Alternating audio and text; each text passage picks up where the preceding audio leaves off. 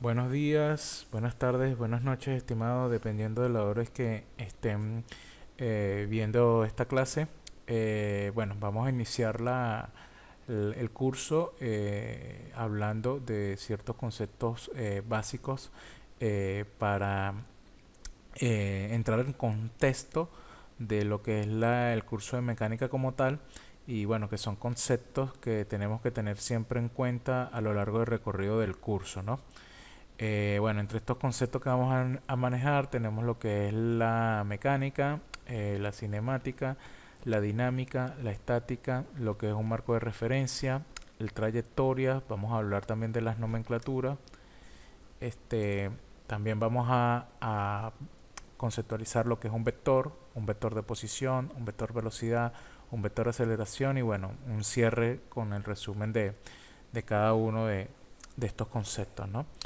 Bien, hablamos de qué es la mecánica.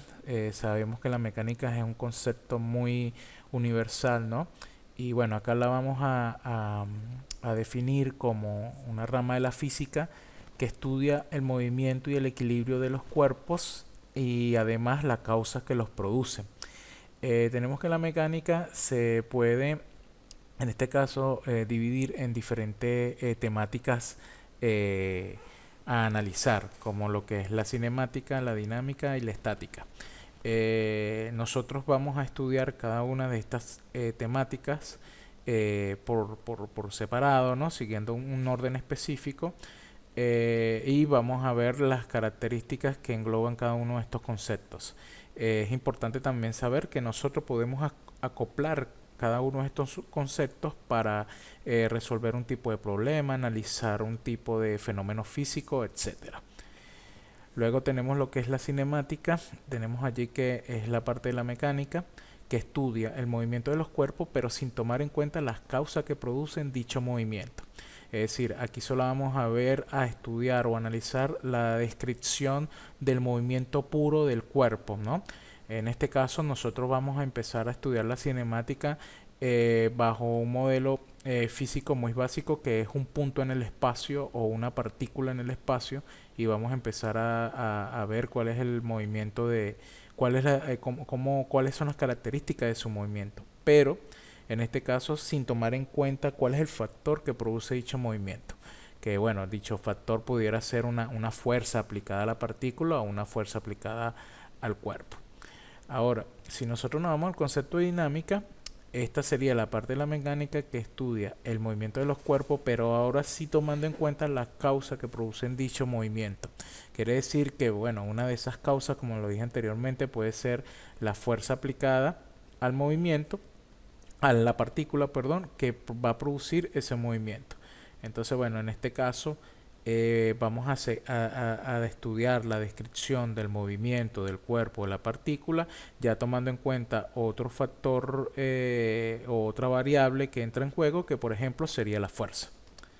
Luego tenemos la estática. La estática se define como la parte de la mecánica donde se estudian las leyes o las ecuaciones de equilibrio de los cuerpos. Seguimos con lo que es el marco de referencia o sistema de referencia. Esto, bueno, acá se define como que es un conjunto de convenciones usadas por un observador para poder medir la posición y otras magnitudes físicas de un sistema físico y de mecánica.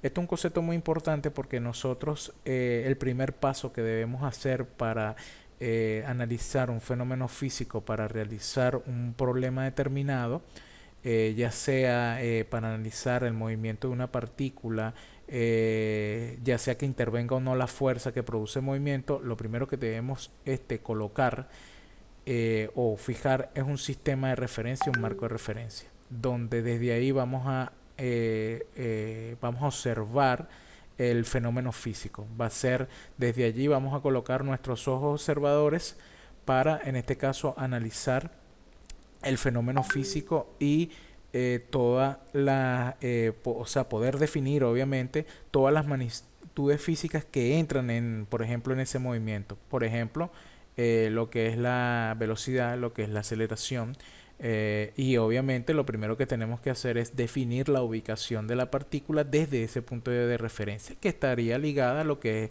la posición del cuerpo o de la partícula.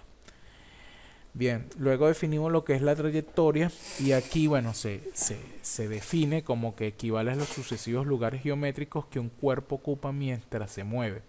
Su determinación depende del lugar desde el cual se realice la observación, es decir, desde el marco de referencia, sistema de referencia, donde se analice.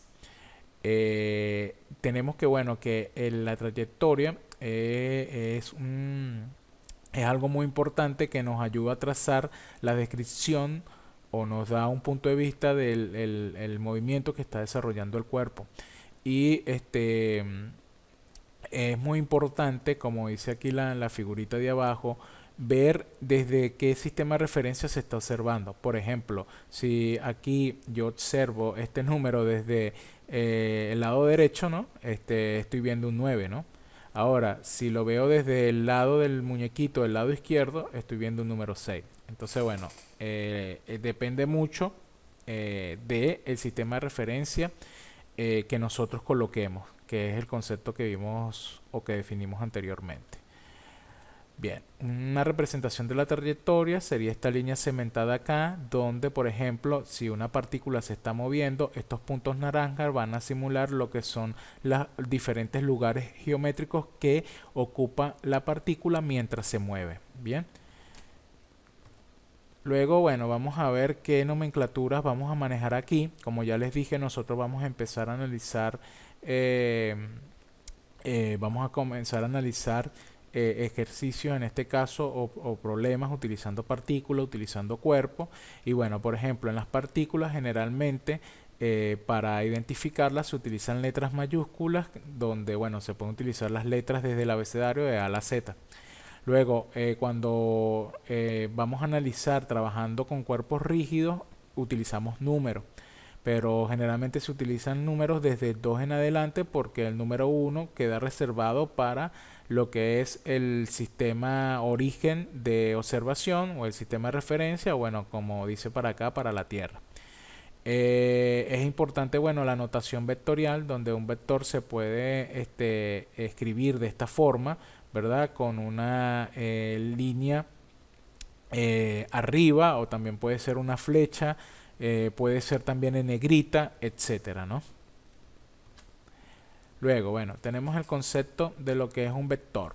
Como dice acá, un vector es una magnitud física definida en un sistema de referencia o marco de referencia que se caracteriza por tener módulo, dirección y sentido. Estas son las características de todo vector. Siempre tiene un módulo, ¿verdad? O una magnitud o un tamaño, como quieran llamarle, una dirección y un sentido. Bien. Ahora, nosotros vamos a utilizar el concepto de vector para hallar distintas magnitudes físicas cuando entremos, en este caso, a analizar el movimiento de una partícula. Estas magnitudes físicas, como la nombramos anteriormente, puede ser la posición o ubicación de la partícula, puede ser la velocidad y también puede ser la aceleración.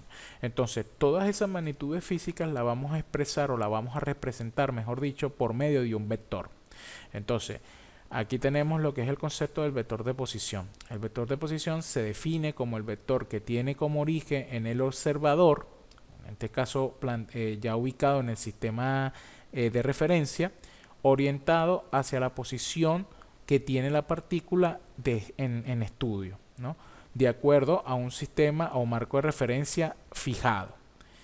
Este vector de posición es importante saber que es un vector en función del tiempo, ¿no? Porque tenemos que la partícula va tomando va a tomar distintas posiciones, ¿ok? Durante su trayectoria en distintos instantes de tiempo.